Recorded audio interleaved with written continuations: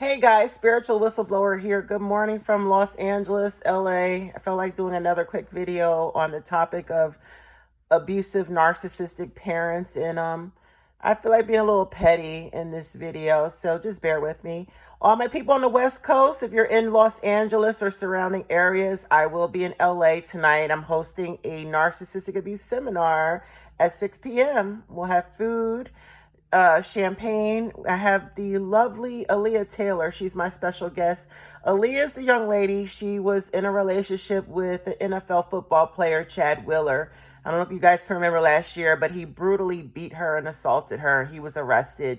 And she's been on all types of talk shows, Good Morning America, I think, Tamron Hall show, just to talk about her story and what she's doing to change the law where she lives. She's going to be with me. She's my guest. Okay, so there is time to buy tickets to my LA seminar today, Sunday, August 21st. So be there, guys. Email me. The email is down below, ChanelJasmine@gmail.com to get your tickets. The following weekend, for Labor Day weekend, Saturday, September 3rd, and then Sunday, September 4th, I will be in Chicago and Detroit. Holla, where are all my people from the Chi and D-Town? Get your tickets. That's coming up Labor Day weekend. I want to see y'all. I'll be out there. This is my third year in a row. Okay, guys, so let's get into the video. I feel like being petty this morning. I know my family watch my videos. They try to act like they don't. My mother, being the ringleader of all the chaos and drama in the family, painting me out to be the crazy one. I don't give a fuck what that bitch thinks of me. I do not care if she tells the whole world that I'm crazy. Bitch, how did I get this way? You think you can beat on, assault your children, do drugs in front of? She did. She's done coke. She's left traces. I remember growing up, she left traces of cocaine around the house. And me and my siblings, we would find it. Glasses of alcohol.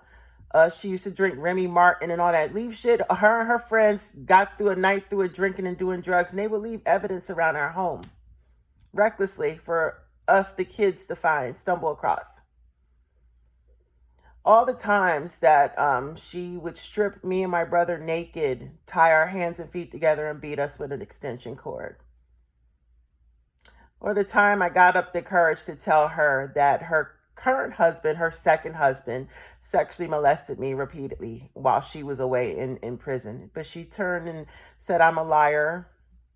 Didn't go to the police, didn't have an investigation open. When Child Protective Services was called on her, my school, my guidance counselor did, because they sat me down and they interrogated me for several, I remember at school, I was a senior in high school. They pulled me out the class and they were like, "Who did that to your face?" My mother had sliced my face open with a curling iron.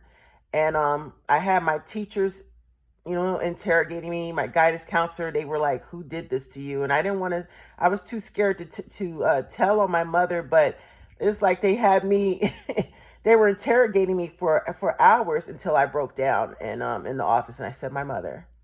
And then that just opened up a can of worms, and I started telling them about, I was sexually molested, because at that time I had told my mother, and she just said, "Fuck you, I'm going to stay with my husband." At the time, he was in prison, upstate New York. We were in South Carolina, but she still decided to stay by her man's side.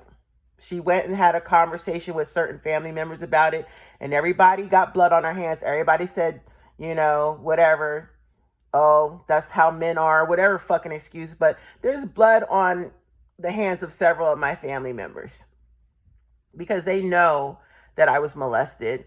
But at the time, my mother's second husband was a drug dealer. That's why he ended up in prison. He was a big drug dealer, and he gave out loans and money to people. And money buys people's silence. Money, he was able to buy people.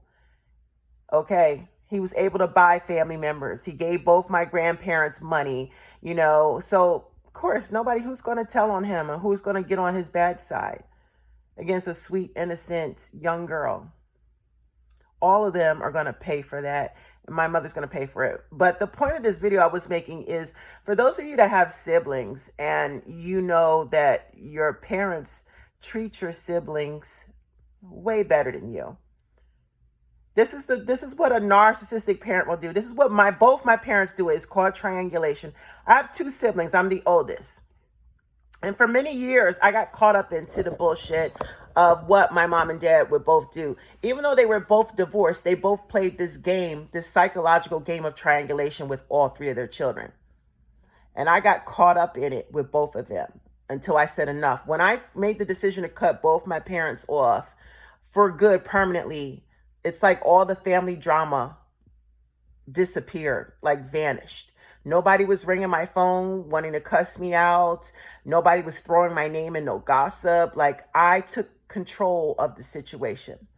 So my dad, being a messy, gossiping queen, and I live in New York, my dad's in Florida, we would talk all the time. I was so close to him because I really thought he was the better parent over my mother.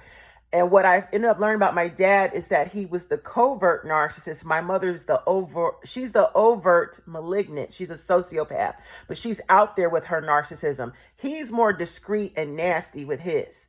Like, you really got to unpeel the layers to get to my father's nasty side. And I've seen it. And he's catty, he's petty, and he could be very misogynistic. Okay, I've seen it all. And he was lying to me all these years. We were supposed to be close. We bonded through the Bible. My father's a Bible thumper. He uses that Bible to manipulate his children. And I see past all of that, okay? He would triangulate me against my sister and my brother. See, my brother's a basketball player. My brother would fly out of the country, or, he'd be out the country. I was my dad's favorite child. My dad would call me all the time because my brother was nowhere around. But once my brother was back in the picture, my father discarded me like trash. And now he's on the phone 24/7, gossiping and kikiing with my brother, talking about my mother and everybody else in the family. That's all the fuck my father does, is run his mouth like a bitch and gossips. And I got fed up of that shit. He put my name in some mess with my cousin and sister. He had them arguing with me. How do you live all the way down south, but you've got all this drama popping off with family members who live up north? Because he's on the phone running his mouth. And he stalks my social media. Same thing with my mother. My mother pits my sister against me. My mother has created this jealousy thing, right? Where I'm jealous and obsessed with my sister. First of all, my sister is an attractive girl, but she don't look better than me, baby. They can run that game all they want. I know my self-worth now. I know what the fuck I see in that mirror. Okay? She's an attractive girl, but she ain't better looking than me. She is not. She don't have my facial features. She don't have my jawline, my bone structure. She don't have my nose. Baby, this nose is chiseled. Don't fucking come for me. And all they could ever say was I was fat. What are you bitches gonna do when I get all my lipo and my shit tucked and nipped? Because I am. Find something new to fucking tear me down about. Because the weight loss shit, all these years since I was a little girl, that's all they ever done was made fun of my weight. I'm getting to the point, y'all, I promise. Just follow me. I'm just trying to make my story relatable, because a lot of y'all are going through the same shit. But it was always this thing where my mother, created this thing like, my sister's prettier, my sister's more successful. I'm miserable, I'm depressed, and I'm obsessed with her. This bitch doesn't even have an associate's degree. She's wasted all these years. She doesn't have a successful business. I run a successful business. Yes, I'm attractive. Yes, I have, I've had a man. I've been married. Okay, I know how to get married. I know how to keep a man. I make a choice not to deal with men because I don't got time. I'd rather focus on getting money than to be bothered with a fucking man. They said I was a bad mother. I raised my daughter. My daughter's 22 years old and she's thriving and doing well right now. She stays out off of social media because we were private and we don't want to be bothered with them because all they do is stalk and they sit up and they speculate and they gossip off of the speculation and they don't have their fucking facts together. All these years they talk shit about me. I was busy in school putting myself through college.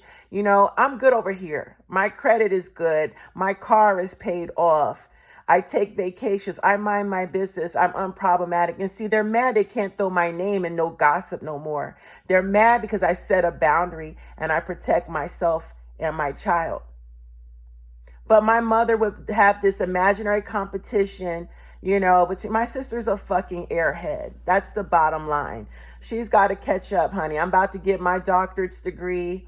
I'm light years ahead of her when we're talking about success. And I have 9 published books that have all gone viral on social media that are selling very well on Amazon. Okay. She needs to get her weight up. Fuck my mother for trying to create this imaginary competition. My sister has nothing. And when I say nothing, I mean absolutely nothing I fucking want. I don't even want her looks. Because when I look in that mirror, I see a drop dead gorgeous black woman, honey. Get the fuck out of here with this fake competition shit. That bitch don't have a goddamn thing that I want. She got to catch up to get on my fucking level, okay? And if they did, my mother and my sister, they're what we call pick-me's. And I know y'all ladies got pick-me's. If your mother's a pick-me, it means she will desperately cling to a toxic-ass nigga. So my mother married a pedophile.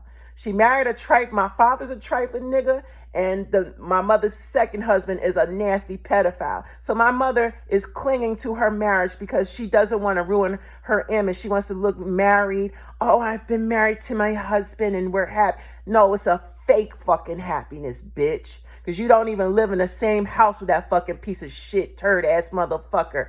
She don't like him and she doesn't love him, but she uses him to save her image. She wants to look happily married for 30-something years and, fake. All this a fucking smoke screen. And she's taught my sister the same thing. If you can't keep a man, there's something wrong with you. That's a toxic fucking mentality to have. You'll let a man do whatever the fuck he wants in the house, abuse the household just to save your fucking image so you look like you can keep a man because you place so much value in having a man to validate yourself, you fucking pick me bitches. So I say all this to say, let me wrap this up. If you have siblings and your parents have treated your siblings better all these years, and you know your siblings are lazy as fuck, they're self-entitled, they're spoiled, they're narcissistic, they're delusional, they feel entitled to everything, who do you think is going to take care of your parents when your parents die or they're in the hospital dying? They're going to try to call for you because you're the one that's more mature, more responsible.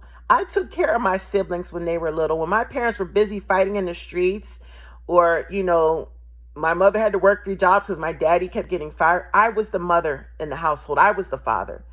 That's called parentification, turning a child into a parent. So they're ungrateful. But see, the tables is turned because when your parents are old and gray, watch how your siblings are not going to want to take care of your parents. They want to be taken care of. They don't want to do the taking care of. And that's where you're going to say, fuck you to the whole family. All right? I already know how I'm going to do my family, and I don't want them nowhere near me. When my ass is sick, I got friends I could fucking call. I got a daughter. See, God don't like ugly. What you reap, you will sow. And do not provoke your children to anger. Don't throw in my face Bible scripture, honor thy father and mother, because when the Bible also states, do not provoke your children to anger. Ooh, them chickens is coming home to roost. Y'all have a blessed day. It's been the Spiritual Whistleblower.